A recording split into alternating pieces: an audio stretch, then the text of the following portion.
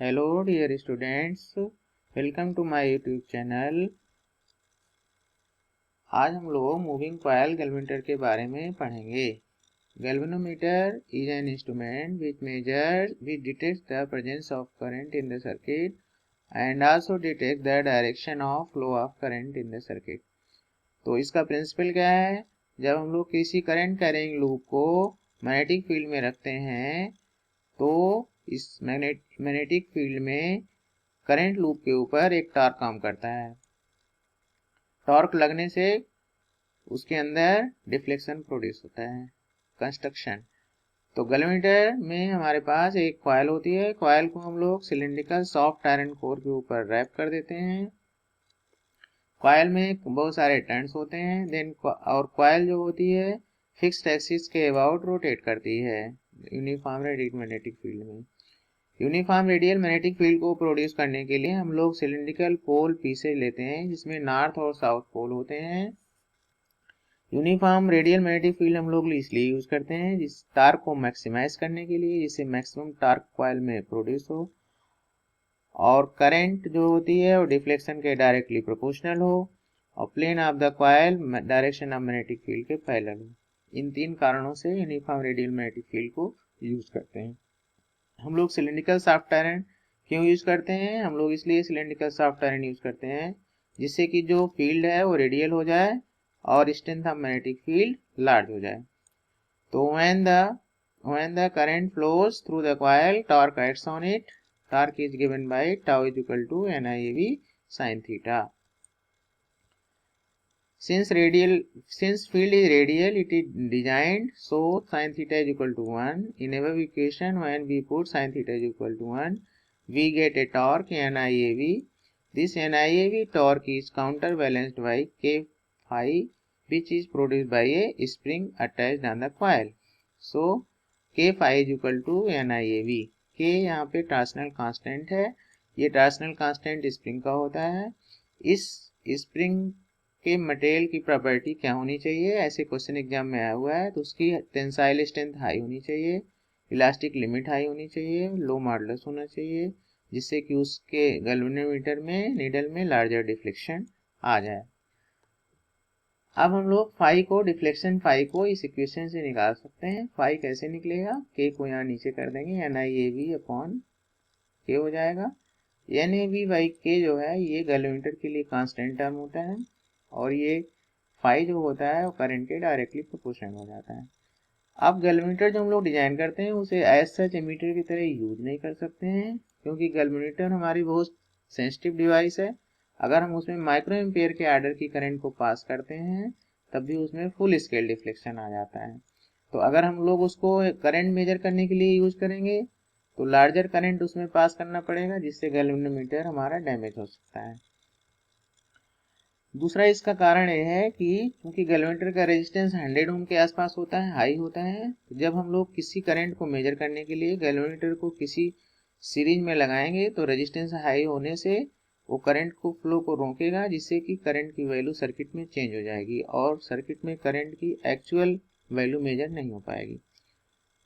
ये डायग्राम है moving coil galvanometer का। जैसा कि हमने बताया कि इसमें सिलिंड्रिकल पोल पीसेज होते हैं। ये जो है नॉर्थ पोल है इसका, ये साउथ पोल है और इसका जो है हमने इसको सिलिंड्रिकल पोल पीस बनाया है इस तरह से। फिर सिलिंड्रिकल सॉफ्ट आयरन के ऊपर कॉइल को हमने रैप कर दिया है और जैसे ही हम लोग इस कॉइल में करंट को पास करते हैं इस कॉइल में टॉर्क जनरेट हो जाता है। टॉर्क जनरेट होने से उस टॉर्क को काउंटर बैलेंस करने के लिए जो स्प्रिंग लगी हुई है ये अपोजिट डायरेक्शन में फोर्स लगाती है। तो कॉइल का टार्क होता है NIAV और जो स्प्रिंग का टार्क है K phi है। तो दोनों in equilibrium position NIAV is equal to K phi हो जाता है।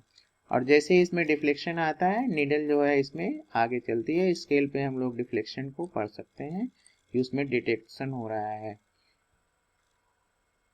इसके बाद आता है गैल्वेनोमीटर को हम लोग कैसे एमीटर में कन्वर्ट कर सकते हैं। तो जब हम लोग गैल्वेनोमीटर को एमीटर में बदलना चाहते हैं तो स्मॉल रेजिस्टेंस, जिसे हम लोग शंट रेजिस्टेंस कहते हैं, गैल्वेनोमीटर के पैरेलल में जोड़ देते हैं। तो अगर स्मॉल रेजिस्टेंस जोड़ेंगे तो ये टोटल जो इसका इक्विवेलेंट रेजिस्टेंस आएगा उसकी वैल्यू इस स्मॉल रेजिस्टेंस से भी कम आती है। तो जैसे यहाँ से हम हमारी आई करंट इसके अंदर आ रही है, आई जी गैल्वेनोमीटर में चली गई और आई minus I ji shunt resistance में चली गई। तो चूंकि ये दोनों पैरेलल में है तो इसमें जो वोल्टेज ड्रॉप होगा वो इक्वल होगा।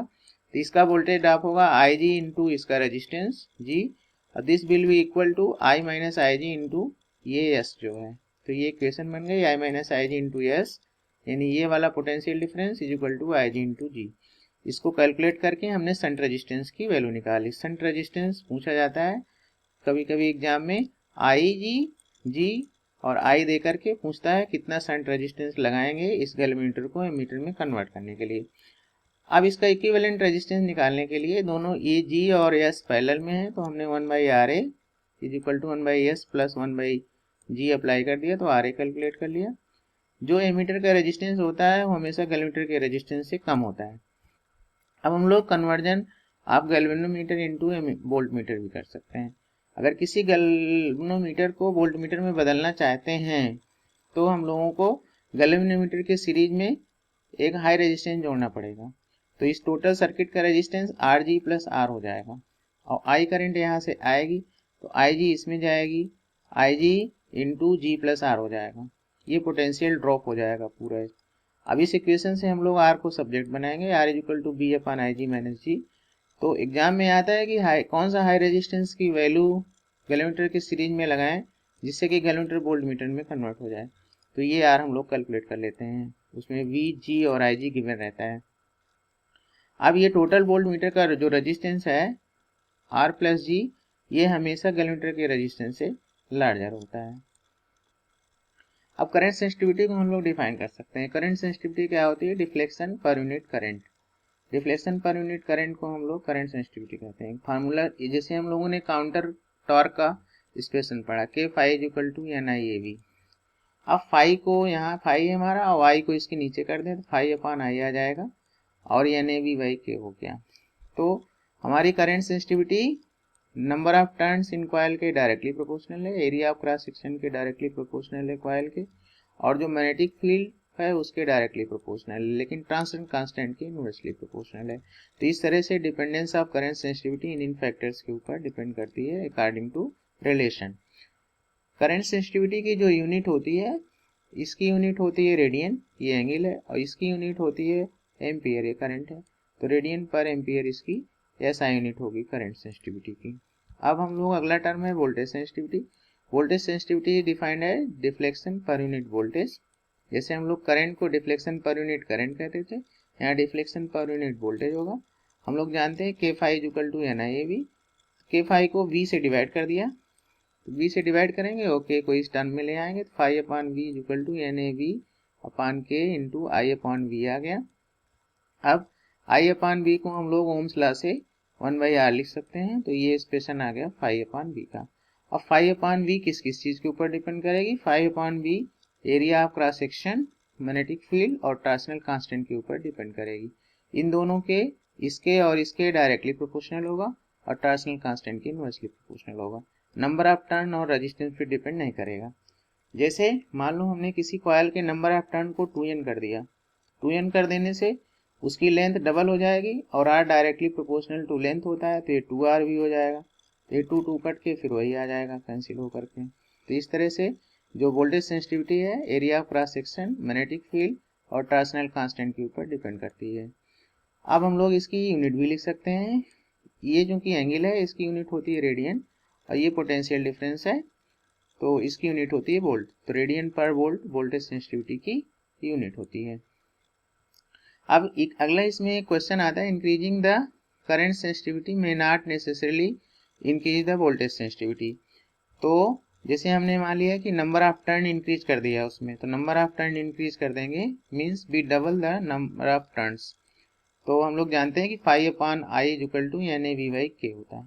अब अगर नंबर ऑफ टर्न में एन की जगह यहाँ पर 2 रख देंगे तो 2 एन ए वी बाई के आ जाएगा। तो देखो एन ए वी बाई के का डबल हो गया है, तो इसका मतलब कि करंट सेंसिटिविटी डबल हो जाएगी। If we increase the number of turns current sensitivity will be double, current sensitivity becomes doubles. However resistance of galvanometer also likely to be double. जैसे मान ली हमने n को 2n कर दिया, n को 2n करने से लेंथ ऑफ वायर इंक्रीज हो जाएगा, लेंथ ऑफ वायर इंक्रीज होने से R directly proportional to L होता है, तो आर जो है वो डबल हो जाएगा। अब हम लोग फाई अपान वी की जो equation I N A V upon K into one by R, अब एन की जगह आप अगर यहाँ 2 यहाँ रखोगे और आर भी 2r हो जाएगा। अब 2 से 2 कैंसिल हो गया तो हमारी वही इक्वेशन बन गई वोल्टेज सेंसिटिविटी की जो पहले थी। तो नंबर ऑफ टर्न को डबल करने से रेजिस्टेंस भी डबल हो जाता है, जिससे कि उसकी वोल्टेज सेंसिटिविटी पे कोई फर्क नहीं पड़ता है, वोल्टेज सेंसिटिविटी रिमेन्स अनचेंज्ड। तो देखो करंट सेंसिटिविटी डबल हो जाती है लेकिन वोल्टेज सेंसिटिविटी पर कोई फर्क नहीं पड़ता है। It means the modification needed for conversion of galvanometer to ammeter will be different from what we needed to convert into voltmeter। इसका मतलब ये है कि अगर हम लोग गैल्वेनोमीटर को एमीटर में बदलना चाहते हैं या गैल्वेनोमीटर को वोल्टमीटर में बदलना चाहते हैं तो दोनों के कन्वर्जन में डिफरेंस है। तो what is it that while using a moving coil galvanometer to a voltmeter a high resistance in series is required whereas in an ammeter a shunt is used। तो इसमें क्वेश्चन ये है कि हम लोग वोल्ट मीटर में convert करने के लिए हाई रेजिस्टेंस सीरीज में क्यों लगाते हैं। तो हाई रेजिस्टेंस सीरीज में इसलिए लगाते हैं कि जब हम लोग किसी सर्किट के पैरेलल किसी सेक्शन सर्किट के पैरेलल जब हम लोग वोल्ट मीटर को लगाएंगे तो वो volt meter less current draw करेगा अपने थ्रू, जिससे कि वो पोटेंशियल डिफरेंस को मेजर कर पाएगा। तो इसमें जो कीवर्ड है ये है it should draw less amount of current. तो लेस अमाउंट ऑफ करंट तभी ड्रॉ करेगा जब इसका रेजिस्टेंस हाई होगा।